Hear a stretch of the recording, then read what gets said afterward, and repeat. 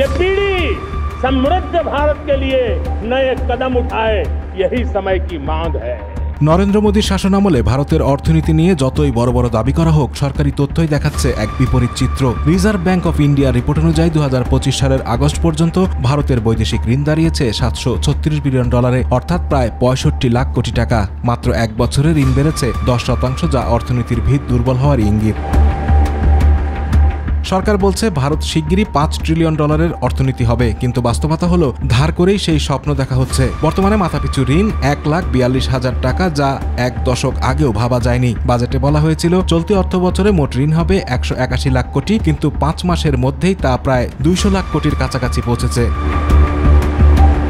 টাকার অবমূল্যায়ন ও ঋণের সুদের চাপ বাড়ছে। শুধু সুদ পরিশোধেই এই অর্থবছরে খরচ হতে পারে প্রায় 12,76,000 কোটি টাকা।